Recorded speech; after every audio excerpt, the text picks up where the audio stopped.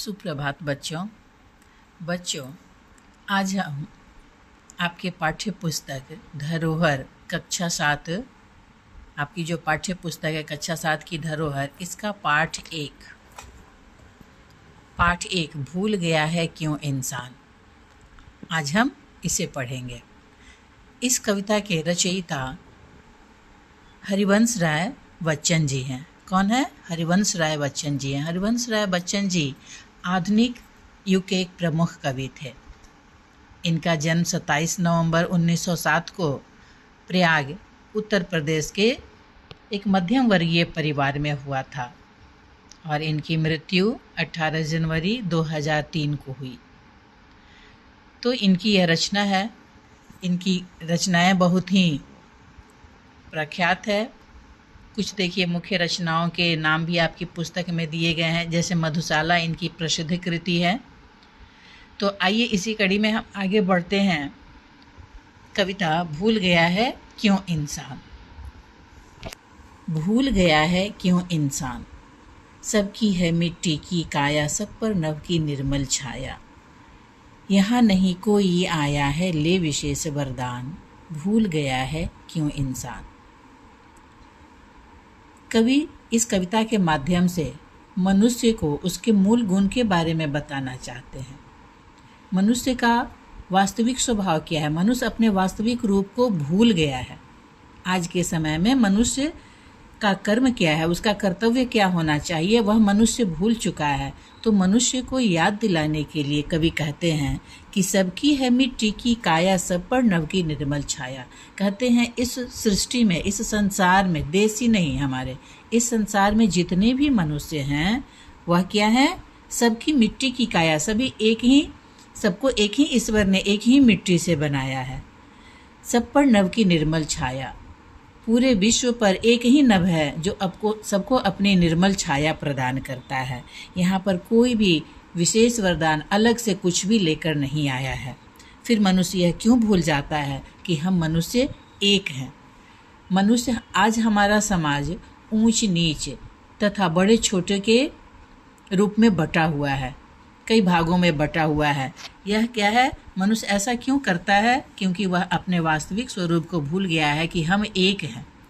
इस कविता के माध्यम से कवि एकता पर बल देते हैं कि हम सभी इसी धरा के संतान हैं और हम एक हैं। धरती ने मानव उपजाए, मानव ने ही देश बनावे। धरती ने तो सिर्फ मनुष्य उपजाए, मनुष्य को पैदा किया। धरती ने देश के और देश के रूप में नहीं बांटा है। ये किसने बांटा है? अलग अलग देश किसने बनाए हैं? मनुष्य ने बनाए हैं। हमारे समाज को बड़े छोटे और ऊंच नीच के आधार पर किसने बांटा है? ये मनुष्य ने बांटा है, जो कि गलत है। हम सभी तो एक ही हैं। बहुदेशों में बसी हुई है एक धरा संतान, बहुदेशों में बसी हुई है एक धरा संतान। हम सभी मनुष्य एक ही धरा, इसी धरती के संतान हैं जो अलग अलग देशों में बसे हुए हैं। भूल गया है क्यों इंसान। मनुष्य इन सारी बातों को, इंसान इन सारी बातों को क्यों भूल जाता है कि वह एक ही धरती का, वह इसी धरती की संतान है। सभी मनुष्य एक ही हैं। आगे देखिए, आगे की पंक्तियों में, देश अलग है देश अलग हो, वेश अलग है वेश अलग हो। कवि कह रहे हैं कि देश अलग अलग हैं, ठीक है, हर देश के वेश भी अलग अलग हैं। उनकी बोलचाल, उनकी भाषा, उनका पहनावा, उनकी वेशभूषा सब अलग है। वह अलग हो, परंतु क्या अलग नहीं होना चाहिए?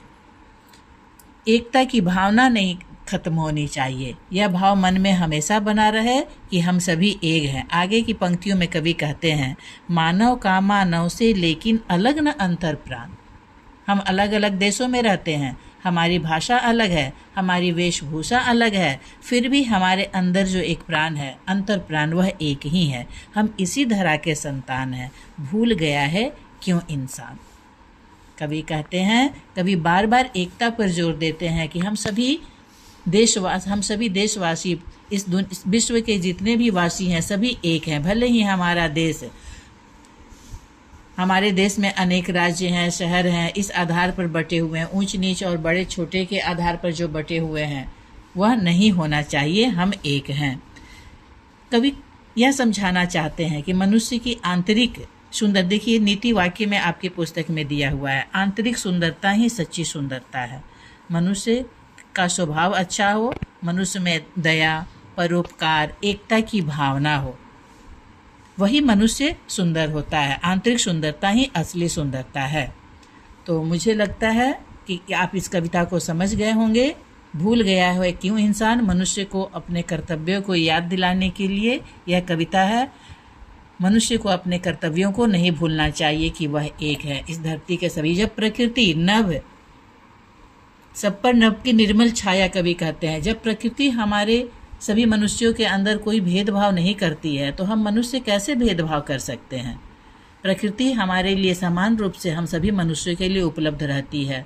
वह धरती हो, नभ हो, जो भी हो, नदियाँ हो, पर्वत हो, सभी प्रकृति की जो देन है हम सभी मनुष्यों के लिए समान रूप से उपलब्ध है।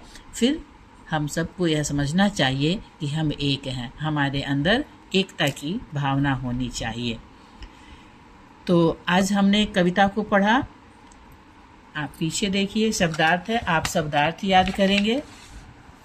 शब्दों के अर्थ: काया मतलब हमारा शरीर, निर्मल स्वच्छ, बहु मतलब बहुत, अंतर प्राण यानी कि हृदय, आत्मा, हमारी आत्मा, नभ आकाश, उपजाना मतलब पैदा करना, धरा संतान मतलब धरती के बच्चे। ये शब्दार्थ हो गया। आगे देखिए, हम बहुविकल्पी प्रश्न भी आज कर ही लेते हैं। सब मनुष्यों की काया किस चीज़ की बनी है? सही उत्तर क्या होगा? मिट्टी की। चांदी की, सोने की नहीं, किसकी? मिट्टी की। मनुष्यों ने क्या बनाए? मनुष्यों ने देश बनाए। इस संसार में अलग अलग क्या है? देश और वेश। धरती और आकाश, हवा पानी तो अलग अलग है नहीं, वो तो एक ही है। सब मानवों के भीतर कौन एक है? अंतर प्राण। सबके मस्तिष्क भी अलग अलग प्रकार से सोचते हैं, मस्तिष्क अलग है। मनुष्यता भी सब में नहीं है जो कि होनी चाहिए। तो क्या एक है? अंतर प्राण। अंग, आकाश सब मानवों को समान रूप से कैसी छाया देता है? निर्मल छाया। कैसी छाया आकाश देता है? निर्मल छाया। तो आज इतना ही। अगले वीडियो में हम आगे प्रश्न उत्तर करेंगे और तब तक आप कविता याद करेंगे। मुझे उम्मीद है कि आप भावार्थ समझ गए होंगे।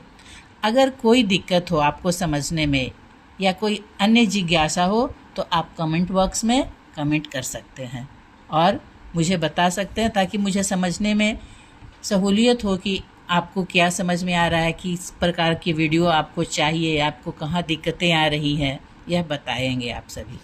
और अच्छा लगे तो सब्सक्राइब करेंगे। धन्यवाद।